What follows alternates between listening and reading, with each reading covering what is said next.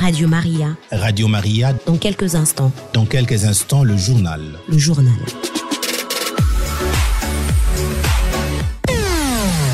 Le journal de la province, Nelly Kabena. Mesdames, Messieurs, bonjour et bienvenue à cette édition du journal mise en onde par Alix Kamoso. Voici les titres. La journée diocésaine de la jeunesse a vécu sur toute l'étendue de l'Assemblée épiscopale de la province ecclésiastique de Lubumbashi.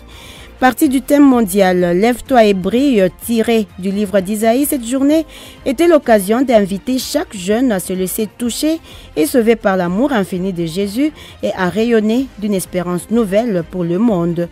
Les évêques de l'ACPL l'ont tout de même interprété chacun selon le thème pastoral de sa contrée, tout en axant la parole sur la solennité du Christ roi de l'univers.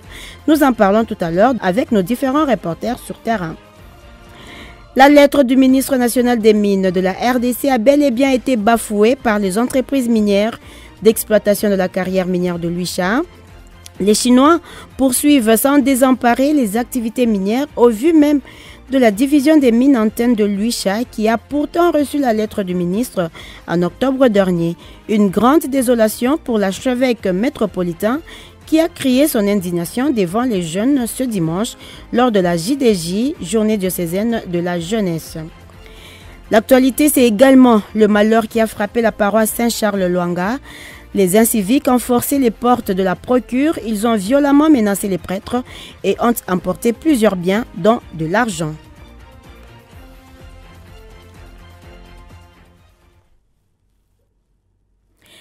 Encore une fois, mesdames, messieurs, bonsoir. Les journées diocésaines des jeunes se sont déroulées ce dimanche sur toute l'étendue de l'Assemblée épiscopale de la province ecclésiastique de Lubumbashi. Partout, l'on a compté plus de 2000 jeunes qui se sont rassemblés pour des moments de louange, de la catéchèse, des conférences, mais aussi de l'humour. De Lubumbashi, en passant par Kolwezi jusqu'à Kalemi, les jeunes étaient appelés à vivre une rencontre personnelle avec Dieu et se laisser envoyer en mission pour faire aimer et connaître le salut de Dieu. Étienne Diba nous fait le point. Rappelons qu'il s'agit de la 37e journée mondiale de la jeunesse et sur le plan mondial, le thème cette année est Marie se leva et partit avec empressement, tiré de l'évangile de Jésus-Christ selon saint Luc. Par cette journée, le pape place les jeunes à l'avant-plan de la vie et de la mission de l'Église pour qu'avec Jésus-Christ et l'évangile, ils puissent découvrir, atteindre et partager leur plan potentiel et enrichir activement leur communauté. Pour le Saint-Père, les JDJ a pour objectif de rejoindre la jeunesse, lui faire vivre une rencontre personnelle avec Dieu et l'envoyer en mission pour faire aimer et connaître le salut de Dieu. Sur toute l'étendue de l'Assemblée épiscopale de la province ecclésiastique de Lubumbashi, à Sepel, la journée a rythmé avec l'essentiel des thèmes pastoraux liés toutefois à la célébration de la solennité du Christ roi, roi de l'univers qui couronne le cycle du calendrier liturgique. Les diocèses de Kalemi, Kirungu et Kolwezi, le thème mondial, c'est-à-dire Marie se leva et partit avec empressement. Celui de Kipushi a fait court avec le Christ roi de l'univers pour les jeunes. Quant à l'archidiocèse de Lubumbashi qui préside toute la CEPEL, l'archevêque métropolitain a appelé les jeunes à se lever pour consolider les vivre ensemble. Merci Étienne. La journée diocésaine des jeunes a été également marquée par la lecture du message du pape aux jeunes du monde entier. Dans cette lettre, le Saint-Père rappelle le verbe commun aux 3 dernières éditions des JMJ, passées sous la pandémie de Covid-19, qui est se lever. Se lever pour sa sainteté, le pape, est une expression qui, rappelons-le, prend aussi le sens de se relever, s'éveiller à la vie. Dans la province ecclésiastique de Lubumbashi aussi, le message a été répercuté. Pour Monseigneur Fulgence Mouteba, archevêque métropolitain, se lever et consolider les liens, c'est mettre fin au burn-out auquel sont attachés les jeunes louchois. On l'écoute dans cet extrait de son homélie de ce dimanche. Je vous comprends. On étudie pour avoir du travail, pour gagner sa vie, mais pas pour chômer. Nous sommes couchés, blottis, accablés dans notre société pour émerger, c'est tout un problème. Surtout pour vous les jeunes. Quand je me mets à votre place, j'ai l'impression de faire le burn-out. Le burn-out, c'est un peu comme une dépression, là. Plus de motivation, là. Le découragement émotionnel. Et pourtant, le Christ vous dit, levez-vous. Utilisez votre créativité. Vous avez des capacités pour vous mettre debout. quand je vois comment les jeunes, malgré la conjoncture difficile, mais ils essaient de se débrouiller, ils vont chercher des ressources dans leur intelligence pour développer une certaine créativité et faire face aux difficultés de la vie. C'est ça que le Christ vous demande. Ne vous découragez pas. Lèvez-vous au nom de votre foi. Et surtout, sachez que vous ne pouvez pas marcher seul. Vous avez besoin des autres. C'est pourquoi il faut tisser des liens de solidarité. Il faut jeter des ponts de solidarité. Nous, vos parents, nous sommes rongés par le tribalisme, les affinités naturelles. Mais vous qui appartenez à une royauté universelle, qui est celle de Jésus-Christ, vous qui appartenez à une grande fraternité, une fraternité qui ne regarde pas les affinités naturelles, eh bien, soyez les bâtisseurs d'une nouvelle société. L'évêque de Colosie a quant à lui insisté sur la seconde proposition du thème, partie en hâte. Le Saint-Père explique la hâte de la jeune fille de Nazareth comme celle de ceux qui ont reçu du Seigneur des dons extraordinaires et qui ne peuvent s'empêcher de les partager. Marie est l'exemple d'une jeune qui ne perd pas de temps à rechercher l'attention ou encore l'approbation des autres, comme c'est le cas lorsque nous dépendons des « j'aime » sur les réseaux sociaux. Monseigneur Richard Kazadi, qui a justement parlé des NTIC, donne ici 3 devoirs pastoraux aux jeunes de son diocèse.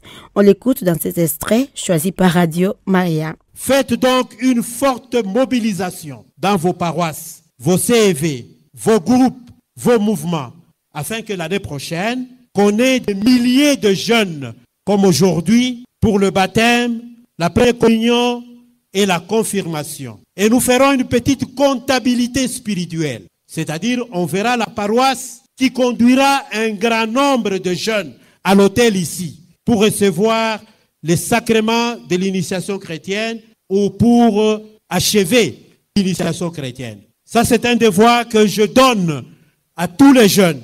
Aujourd'hui, il n'y aura rien, mais il faudrait que l'année prochaine, qu'on ait des milliers de jeunes. Comme ça, on commencera la messe à 9h pour la terminer même à 18h.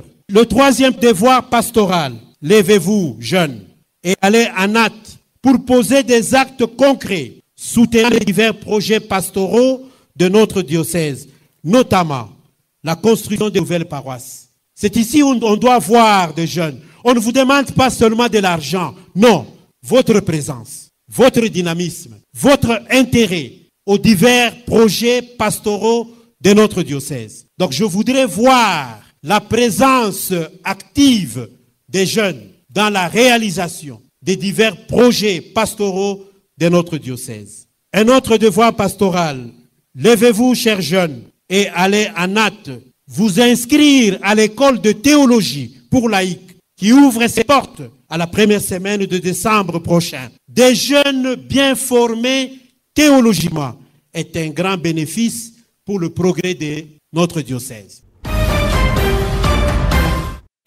On change de chapitre sans toutefois quitter la cité de Luicha, cité à 80 km de Lubumbashi où s'est tenu pendant 3 jours des journées diocésaines de la jeunesse.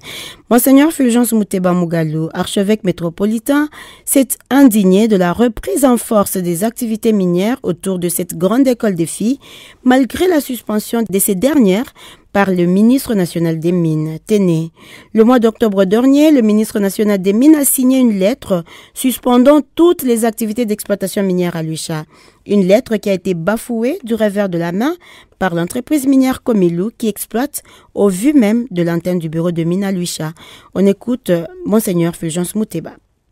Mes jeunes, le décret d'un ministre, c'est quelque chose de sacré. Quand un ministre prend un décret, ne pensez pas que c'est quelque chose de banal, mais non. Le décret d'un ministre a une valeur étatique. Je salue la ministre des Mines du gouvernement congolais, qui a eu le courage de prendre un décret pour arrêter les activités minières dans les 2 sociétés qui nous harcèlent. C'est une catholique et je suis très fier d'elle. Mais qu'est-ce que je constate? Et c'est ça qui me décontenance. Eh bien, des sociétés étrangères ne respectent pas ce décret. Ça, c'est plus qu'une insulte au gouvernement congolais. Je ne suis pas tshisekidiste, mais je pense que c'est même une insulte au président de la République, l'autorité suprême de de ce gouvernement dont la ministre des Mines a pris un décret pour arrêter les activités minières à Luicha.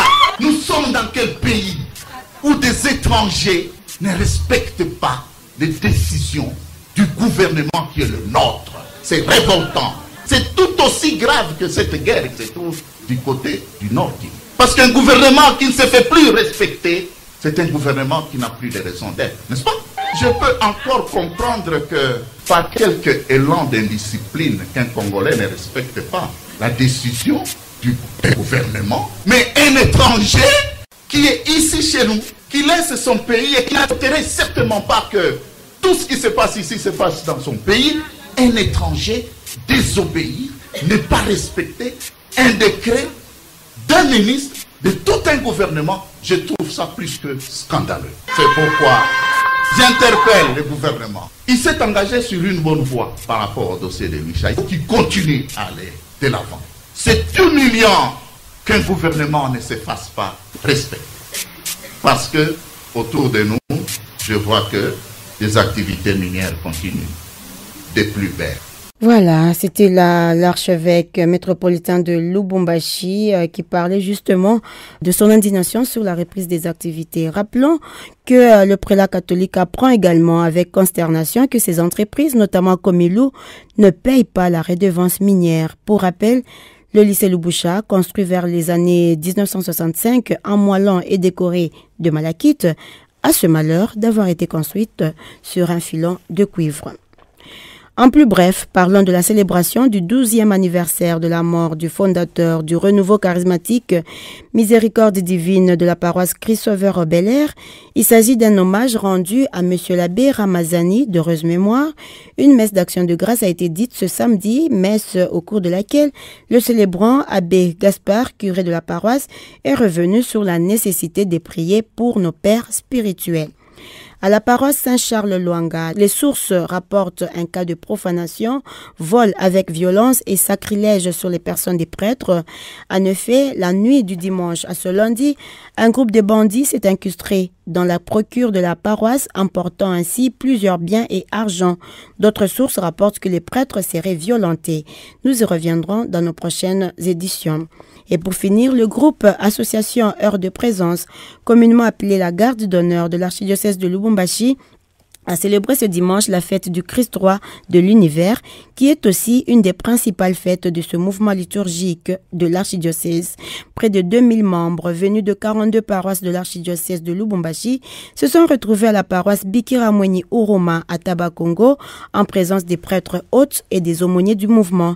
Un moment solennel aux membres de la garde d'honneur de renouveler leur engagement pris pour apaiser le cœur de Jésus meurtri par des sacrilèges, blasphèmes et indifférence à l'égard du corps sacré du Christ.